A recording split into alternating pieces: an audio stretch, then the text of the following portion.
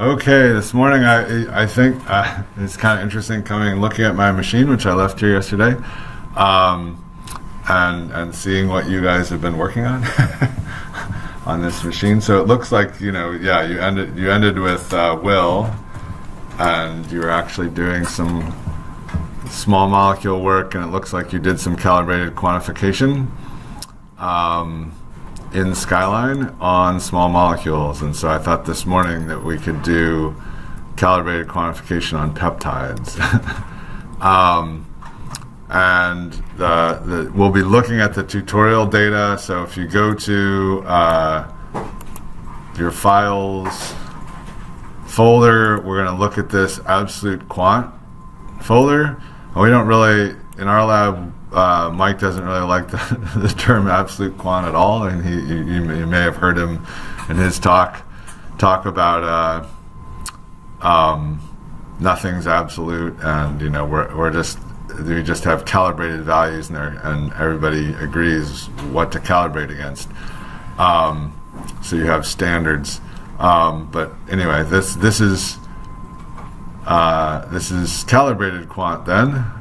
So we tend to use the term calibrated quant, and then differential quantification is going to be sort of the group comparisons we're going to deal with later today. But let's go ahead and just grab that folder and drag it into your documents folder. And that's what we'll work with today. Yeah, what? Sorry? I cannot connect to a Skyjam2. You can't. Can you get to it through the web browser? Okay. Yeah, if you can get to it through the web browser, then just go to that participants page.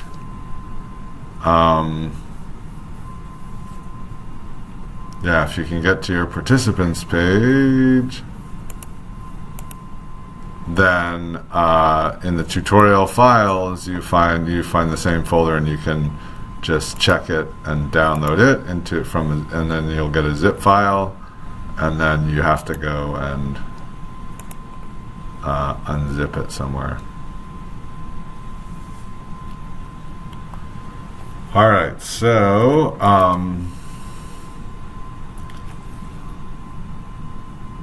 get rid of those. So while people are working on that, have you been introduced to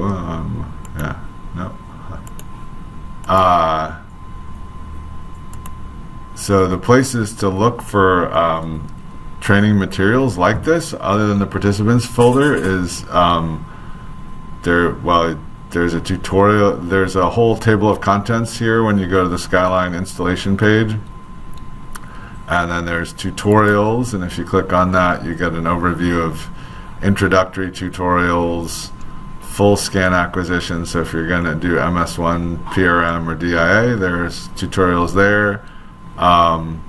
Small molecule tutorials, we got 4 of those now, and then more advanced topics. Absolute quant is considered one of the more advanced topics, and we're going to be working on this, the data from this 15-page tutorial. And if you wanted to go back and review it, you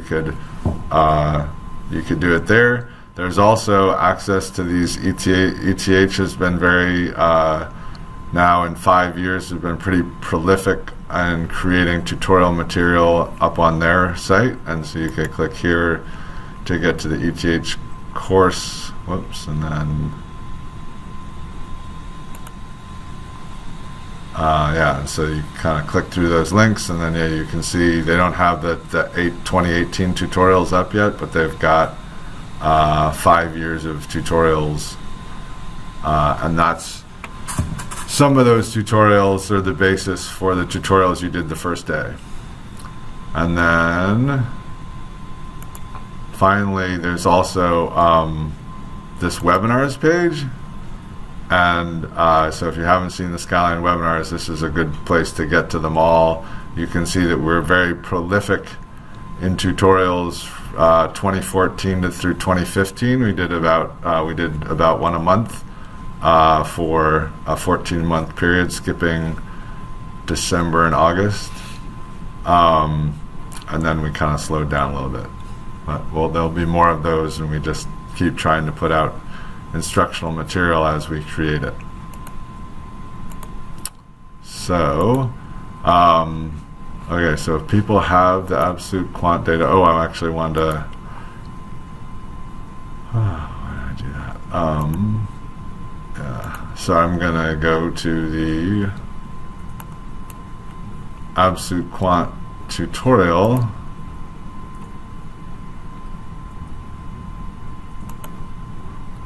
And some of the values that we're going to need are in here. So, and a nice figure from the paper that this is based on data collected by Andrew Sergacius. We're just going to start with a simple one peptide example, where what Andrew did was, you can see we've talked about this before. He expressed all of these proteins in E. coli, and then this is the DNA tag for FOXN1. We're going to be basically trying to quantify a sample, and Andrew's trying to quantify how much FOXN1 he's created in his sample, and when he expressed these genes, he added a GST tag, which gives him this GST tag protein sequence, and in there was a specific peptide IEA, IPQ, IDK, which he was able to monitor, and then using a calibration curve could figure out how much was in a sample. So that's what we're going to do today. We have an 8-point calibration curve as well as an unknown, and we're trying to quantify how much is in that unknown sample. How much of this? What we really want to know is how much of this FOXN1 protein is in there, and we do it by using this peptide on the GST tag as a proxy for that, because every FOXN1 protein has a GST tag fused to the end. And so let's go start up Skyline, if you don't already have it started somewhere. Wow. So did you guys download Steady9S Site 52 yesterday? No? Okay, interesting. Wonder what that is.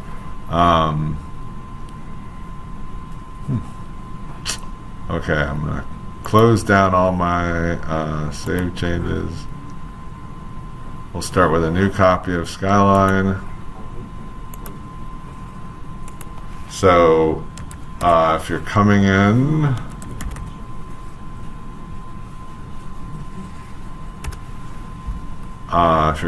late, what you want, you want to have this, from the set of files, you want to get the absolute quant folder. Inside the absolute quant folder are 9 MZML files. They used to be raw files. They're converted to MZML just so that they're easy. They process more quickly. But we could have left them in raw format as well. So you want to get those 8 files onto your computer in your documents directory, ideally. So here they are in mine. Okay, so we're just going to start with a blank document. And we'll then choose default settings.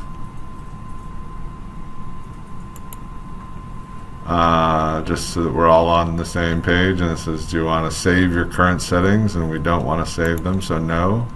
So that puts us all on even footing. No matter what you were doing yesterday, we all have the same settings now. So let's go through and review them quickly and see if there's anything we need to change.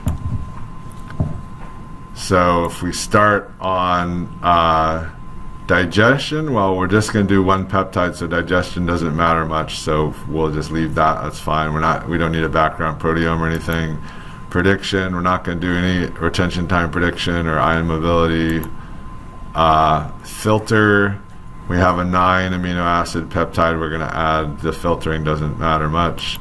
We don't have a library, and then so we get to modifications. Well, we're not going to have a cysteine in this peptide, but we do need heavy labeled peptides. So we'll just go to edit list. And well, I don't have them. Does everybody have? Do people have these? Maybe. It's possible that you already have this label C-terminal K, or yeah. So this is a 6 13Cs and 2 15Ns C-terminal lysine labeling. You can see how that's all defined in Skyline, and it's going to cause a mass shift of 8. And then, so if you already have that defined in your list, then you would just be able to check it. And so that's typically we would also have a matching arginine modification, but in this document we're just going to do one peptide, so we won't worry about it. Everybody got that? Okay, we'll come back to quantification in a moment. I guess we can say our normalization method is going to be ratio to heavy, but we're going to leave, oh, and I guess we can actually define our units already too. So if I switch back here, you can see that the units are all in femtomole per microliter. So we can go fmole per UL. And that's going to be our units, and that's going to be our normalization method. So those are our peptide settings to start with. We'll come back to regressions and all that later. So click OK. And then if we look at transition settings, if we're actually doing this experiment, we might want a collision energy. We might want to say collision energy thermo, because that's the type of instrument that Andrew used. No declustering potential or compensation voltage, and we don't need a library. We're just going to do charge 2 of this one thing with charge 1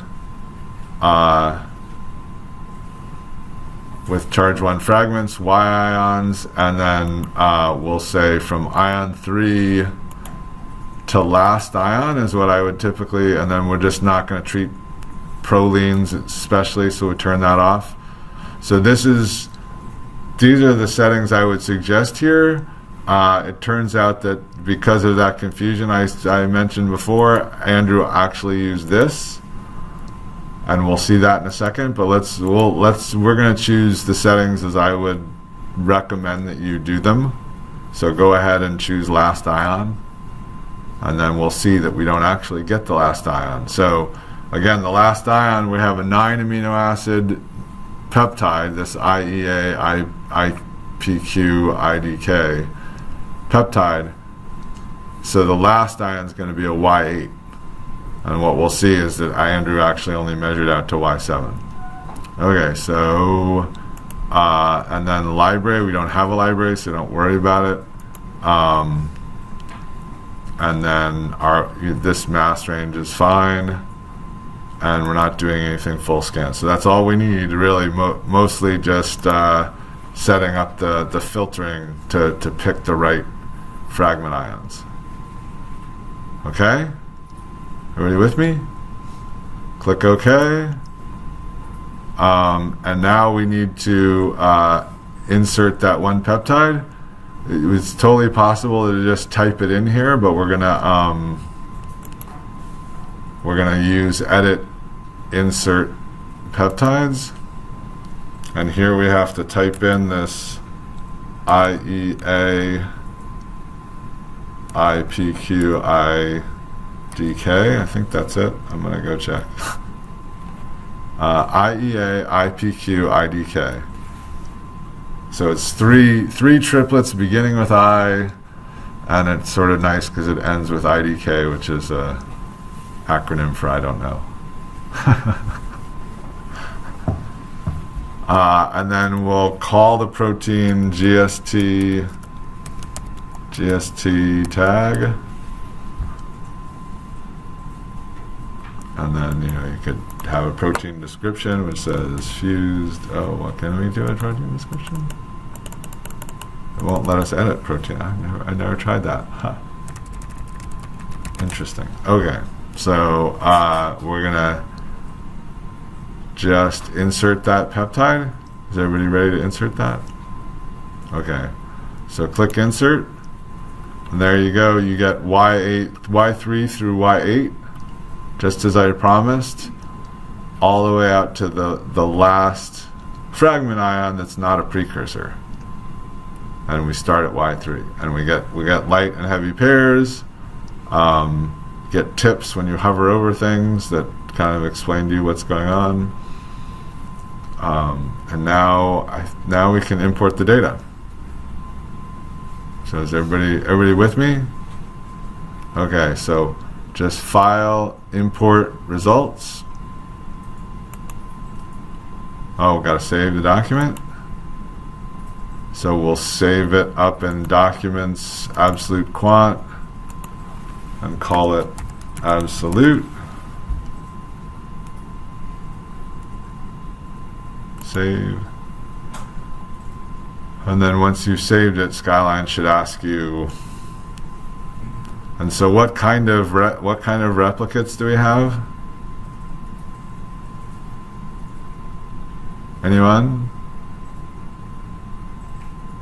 Yesterday we used all three of these possibilities: add multi-injection, add one new replicate, or single injection. They're single injection, right? We're just measuring one peptide.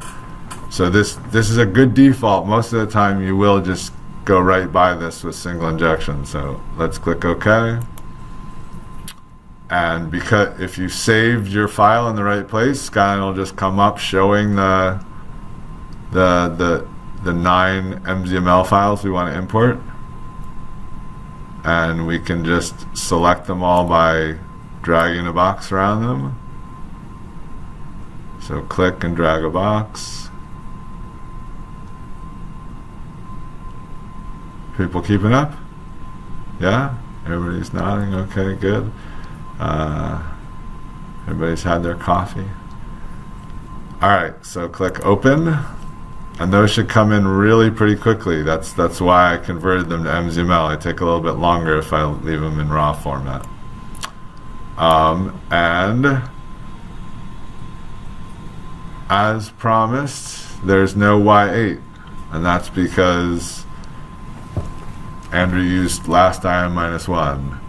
So we can now go to transition settings and switch to last ion -1, which is what Andrew actually used, and then that will go away, and we'll have just transitions that were measured. You already get a sense of right here. I'm showing, I guess, the total area. So this is probably summing the heavy and light, maybe, I don't know. So not necessarily the best way to check, to guess, but you get some sense that, well, Fox 1 GST is not as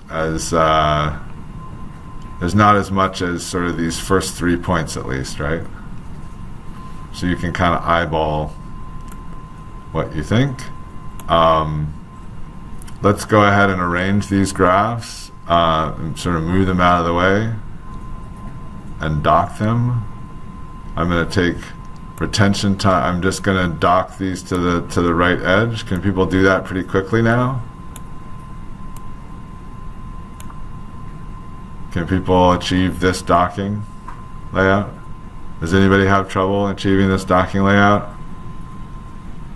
Nobody. Okay, good. So you're getting good at that. All right. So let's click on the peptide, and then we'll get a view of these. Okay. So now, what are our expectations again for retention time? Is this good? Is this good retention time? What's the ideal retention time pattern here that we would love to see? It's just a straight line across, right? That would be the ideal, and so it's not. So there's actually 23 so there's a 3-minute variance in retention time here, which in terms of scheduling makes it, a little bit risky to use narrow windows for scheduling, but I mean, it certainly doesn't cause us any problems. We can actually take a quick look at what sort of window was used, and actually this is full, he measured full gradient, right? This is 0 to 50 something. So these are full gradient measurements. They weren't scheduled. Yep, so it's like a 45-minute gradient or something. Okay, so let's go. So let's see. So what's the simplest way that people will quantify? Right? The simplest way that people will quantify is they just do internal calibration, right? They say, okay, so I know how much heavy I spiked in. Does anybody remember how much heavy that was? I kind of went by that fast. Yeah, 5 femtomole. So I spiked in 5 femtomole, and so then again, actually, here we have another thing we're looking at is so do people understand what I'm like zooming in to have a better look at the heavies, because the heavies and the way I do that is move my mouse to the left of the y-axis, and then if I use my scroll wheel or two-fingered scrolling on my mouse pad, if you have that, I can zoom in and zoom out just in the y-axis. So now I can get a sense in what would I ideally like to see for this for the heavy peptide here. It's spiked in a constant concentration, right? So it's just like the retention time. I'd like to see it just go straight across. And let's see and then we can get a sense for what's the level of variance. I guess 5 point something all the way down to 4 point something. So there's varying within 20%. So not fantastic, but probably okay, and that's kind of why we're going to take ratios. But okay, so now I'm looking at this. I'm zoomed in on my unknown, which is my Fox GST, and so if we're just doing sort of the simple absolute quant method that a fair number of people do, what would I? Oh, actually, I want to do one last thing. We need to do, whenever we're doing quantitative work, you should make sure that you have integrate all turned on, because that will change things. So I'm going to zoom back in. So settings, integrate all, and what? Well, it means that, so if I go here, I've got a bunch of transitions, and if I don't say integrate all, Skyline, so let me undo my integrate all change. You can see that there's a heavy transition that Skyline has decided, well, in this thing, it doesn't think that Y4 is really co-eluding. So you see it says, well, probably because Y4's apex is not really lined up with the other ones or something, or I don't know.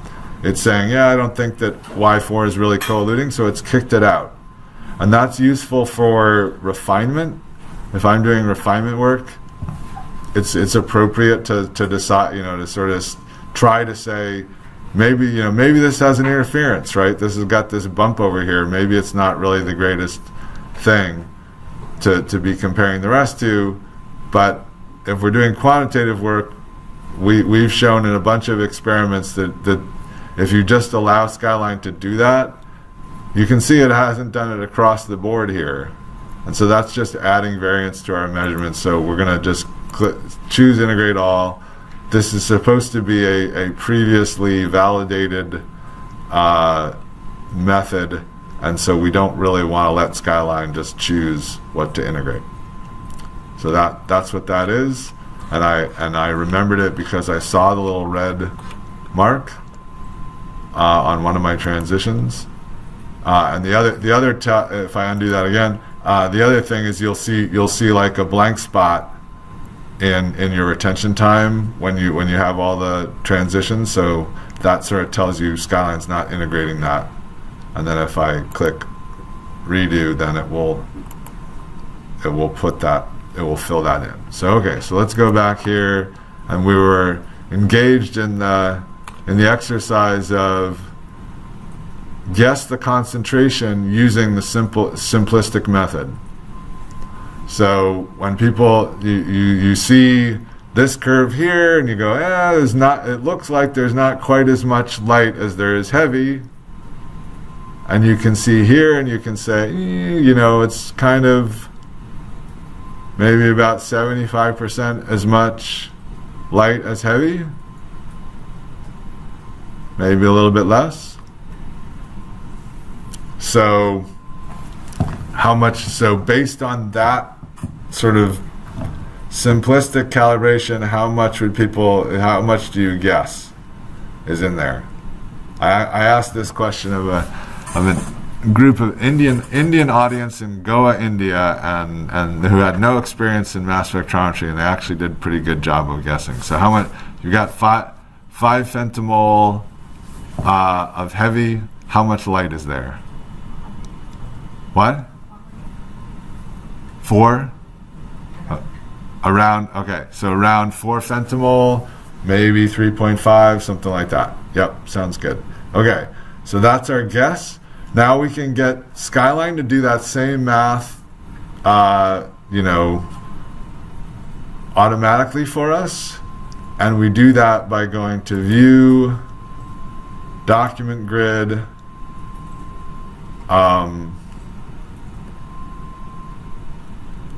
and I think we can just go to, small molecule with accuracy. I think we can just go to peptide quantification. Yeah.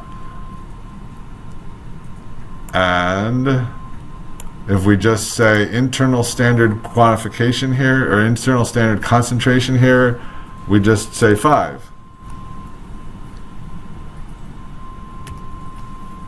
And then if we go to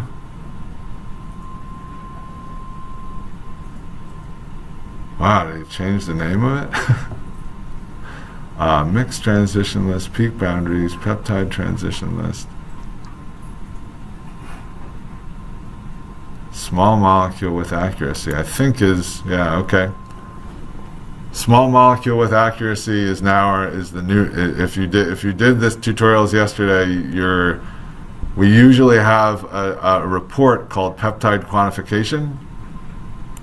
So we've got we got Peptide Quantification. I don't think it's RT results.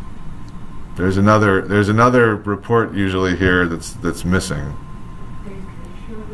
Yeah, peptide ratio results. So I think that Will had you rename peptide ratio results to small molecule with accuracy, rather than creating a new report, which is there is what I would have had you do is go to Manage Views, select this, copy it. So let's do that. Okay, so rather than, so these are all custom reports, and if you edit them, you change them, and you can change their name. So instead, let's go to Manage Views, and we'll take small molecule with accuracy, and we will copy it and open the view editor, and then we'll call this copy peptide ratio results. And I actually think that these are fine. Oh, it's got molecule name here. Oh, that's interesting. So we might remove molecule name and put peptides back in,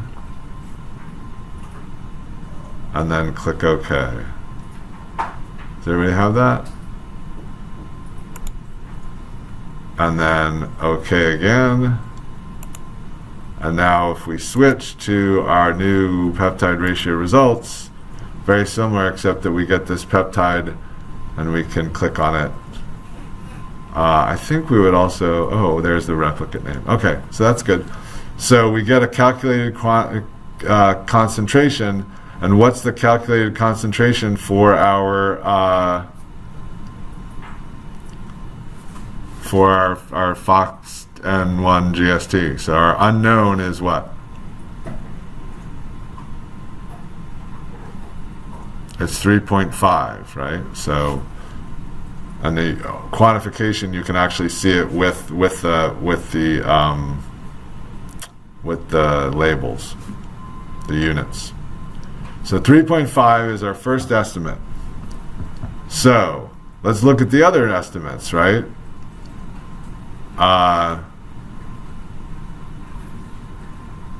So the most intense standard one is 100. Does anybody remember what it was, really? Well, let's go fill in those values so that we can get accuracy. So, are people with me? Anybody need time to catch up? Okay, so let's switch to replicates.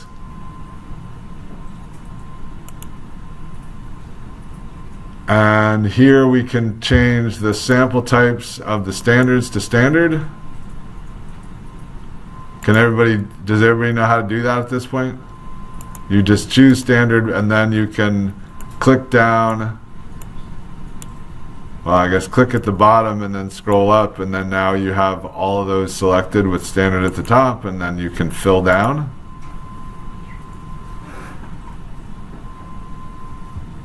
So you shouldn't have to go through 8 times. You should be able to do it in sort of 2 gestures.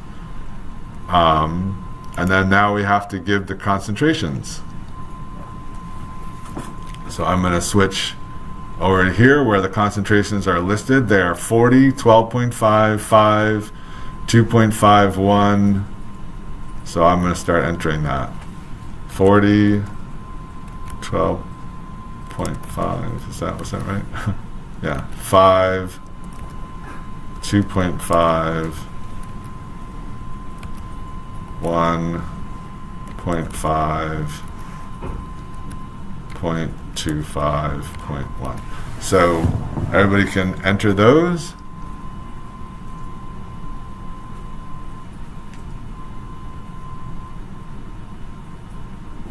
I'll leave them up for a little bit more, but yeah, you should be able to just type each number and hit enter and then go right down the list and enter them pretty quickly. Okay, so now let's go back to our peptide ratio results. And now we can see our accuracy. And how's our accuracy? Well, Will told me that they kick in their calibration curves, they kick out anything that's over, what is it, 20% or 15%? 15, right? So we don't have anything under 15% accuracy here. So not great accuracy. And so let's see. So this one,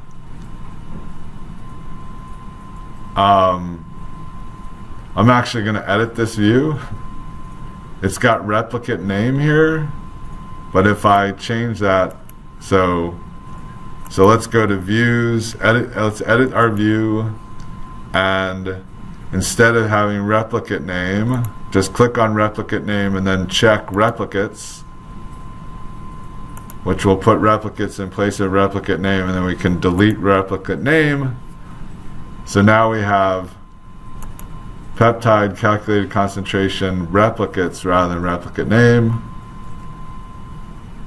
People have that? How do I change it? So you have to go to views, edit view, and then you select replicate name, and then you would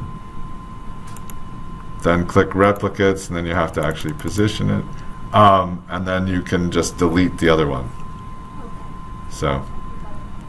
So click OK, and now we actually get a clickable field, and we're looking at Fox GST, but what is the closest thing to Fox GST?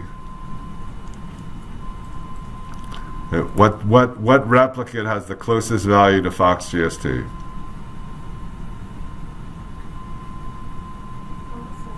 Number 4. Standard 4 has 4.1 and GST is estimated at 3.5. So those are the most similar. Let's click on it. And yeah, so you can click back and forth. Let me see if I can, where should I put this? I guess I'll put it down here. So yeah, you can click back and forth between standard 4 and Fox GST, and sure enough, they look fairly similar. Yes, there's a little bit more analyte.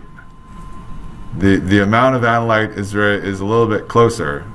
So we're just eyeballing ratios and saying, yeah, those two ratios look very similar. What's the actual concentration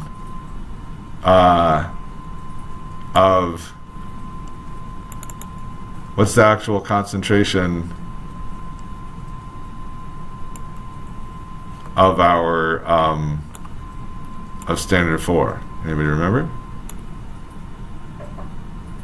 Well, we can just put it into this report. So let's go edit this report again, and if you double click on quantification, oh no, that's not where it is, sorry.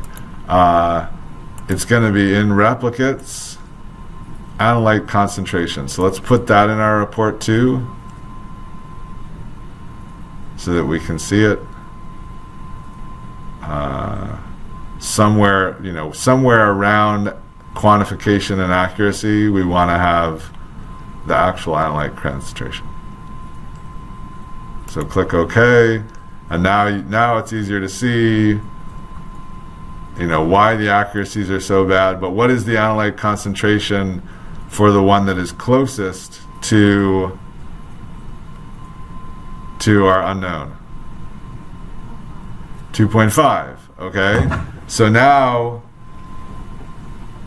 we still haven't quite, but this is the switching our thinking from, oh, if we inject something of a known concentration, we can figure out what the concentration is, to, okay, we can figure it out by having external things and seeing the thing that creates the closest ratio to the ratio that we're seeing. So if we switch our thinking, now what do you estimate the amount to be?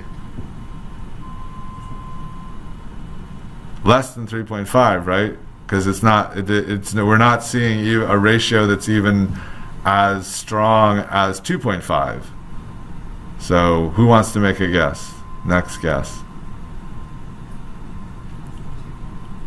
What?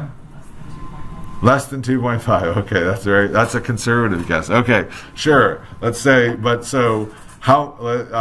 So this is 0.6 different. So 0.6. Yeah, it's like a 15% difference or something like that. So it's going to still be more, we maybe think it's more than 2 still, but it's like low 2, 2.0, 2.1 or something like that would be a guess. Okay, so now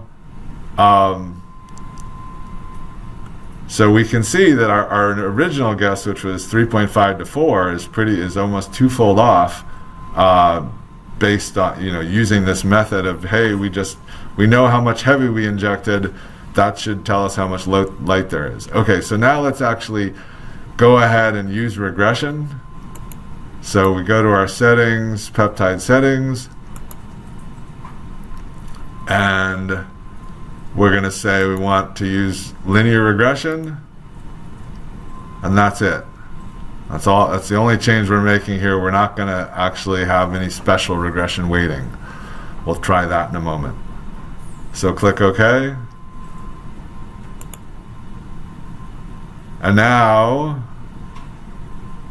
we have a fair number of things that are, we can see that at our lowest end here, we're pretty far off still. But we're doing reasonably well, maybe not to within 15%, down to about a concentration of 1 femtomole per microliter. Right? And now, so what's our quantification based on this regression?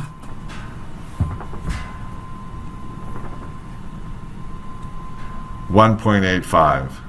So again, when we actually get down to 2.5, we don't quite have 15% accuracy.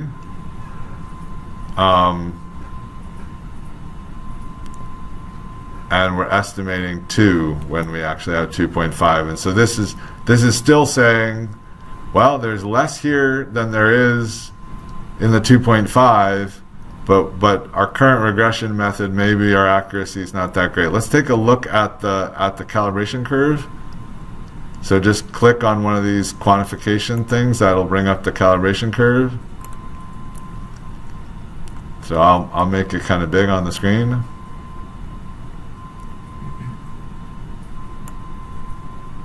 All right, so we have very high accuracy out to, let's see, when does our accuracy start to fall off? So we have great accuracy or acceptable accuracy for the first 2, and then even the first 3, yeah, so the first 3 are pretty good, and then let's zoom in down below there. All right, so what's happening here? We're starting to see this leveling off, right? So this is certainly, I'd say we're hitting our lower limit of detection, right? With these, maybe these last 4 points, and maybe we're close to our lower limit of quantification at this point. So I think what Will would tell us to do is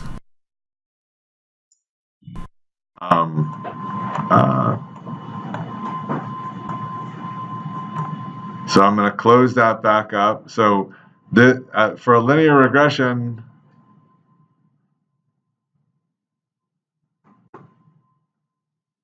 well, okay. So what if we say, well, we're giving too much weight to these higher points. They're 100%, and then things fall off relatively quickly. Maybe I want to apply 1 over x squared weighting so that I give more weight to lower points. So let's see how that works out. So if you go to settings, what? Yeah.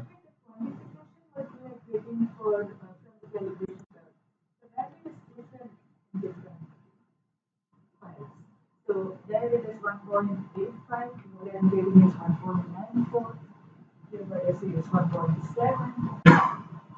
Well, you must have made a mistake somewhere. It's completely predictable if we all did exactly the same thing. So I can come around and look at, are your analyte concentrations all exactly these things? Well, it's deterministic, so it's not. There's no. There's actually no possible variance here. I can do this over and over again and come up with the same value. So there's something that you did, possibly not getting integrate all would change things. although it didn't seem to change much on mine. What?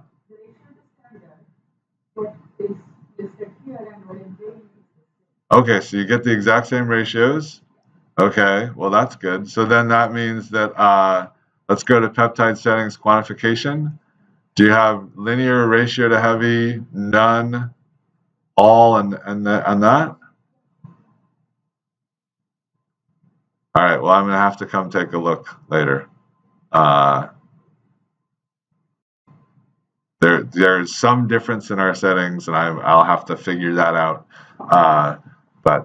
But I want to keep going with this. All right, so that's weird. You've got your analyte concentrations exactly this way. So these two columns are exactly the same, ratio to standards and analyte concentration. Oh, maybe, let's see. If we go to views, peptide quantification, maybe we have to delete that.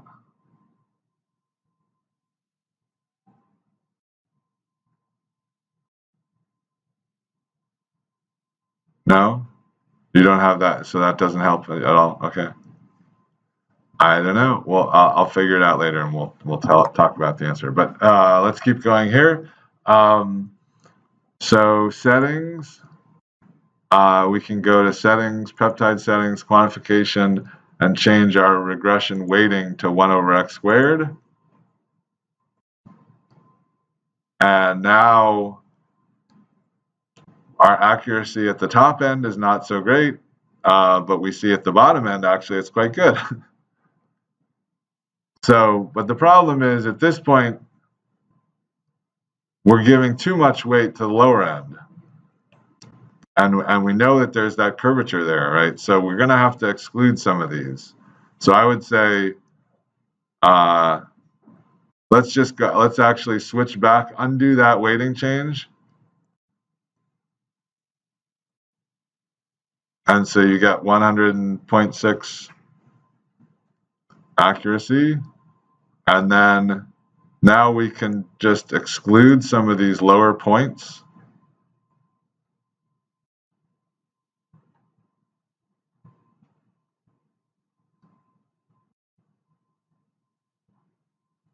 And yeah, we have to, until, let's see, what do we get?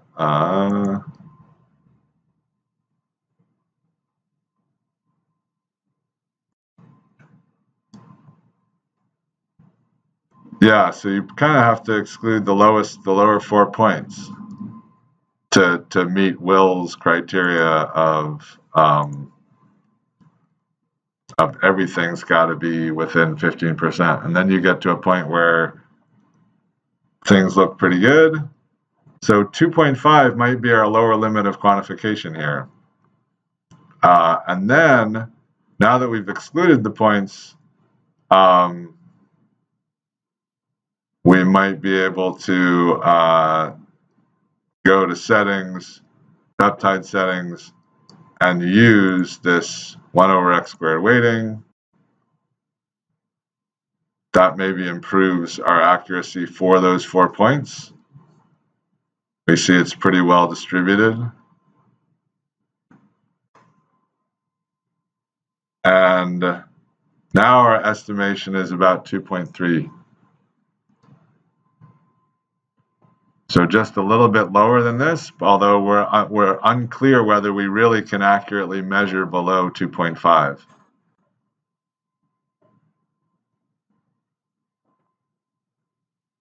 All right. So I think that's where we're going to stop today. Do people have questions on that? What I just did?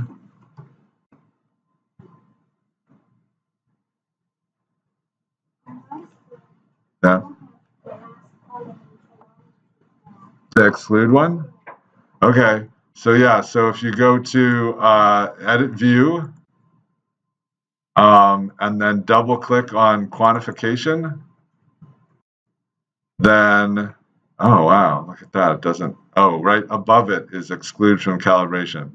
So if you're missing any of these columns, like accuracy and exclude from quantification, all you have to do is find them in here. You can use multiple methods. One is just to double click on any column, we'll select it. And then you can look for things nearby, or, if you want, you could also just click the binoculars and type exclude, and then you would find that. Why is it not? So you kicked out the lowest 4 points, right? I did. I ended up kicking out the lowest 4 points. Isn't that then necessary to extrapolate your linear regression over the last point of quantification? Yeah, that is that. Which statistician would probably kill you? Yeah, I know. I've been looking at this data a lot, and in the end, I kind of feel like, well, that we're actually outside the. If you're going to do a strict assessment of what your dynamic range is, this measurement is slightly outside it. So I think in a regulated environment, you could not make the case that you actually can quantify down to 1 femtomole per microliter. Maybe Will or Andy or somebody can clarify for us, but I think that when I look at this data or these data,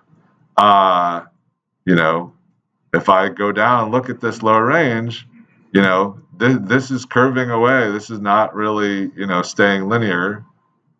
Maybe you can make a point like so. Based on the criteria, and these are I think Will is using FDA specified criteria. There are FDA specified criteria of how you deal with a calibration curve. I don't think there's a way to say that this 1 femtomole point is above the lower limit of detection. And we have newer methods that will do this bilinear fit that maybe Lindsay will talk about. I don't know whether it rescues this and says that point is, but it's very close to our lower limit of quantification. It's probably well above our lower limit of detection, but it may be below the lower limit of quantification if we decide that lower limit is 2.5. But anyway, yeah, I think I will try to go over this with Will and make sure that I'm not, this is just my assessment from what I've been hearing from Will and others, but I would like to confirm that myself. So yeah, you might not be able to actually report the concentration here in a way that would be convincing to a statistician, or in a regulated way. But I think we get a pretty good estimate for certainly for the level of work that Andrew was doing. This is just fine. Okay, I'm going to leave you with that to think about.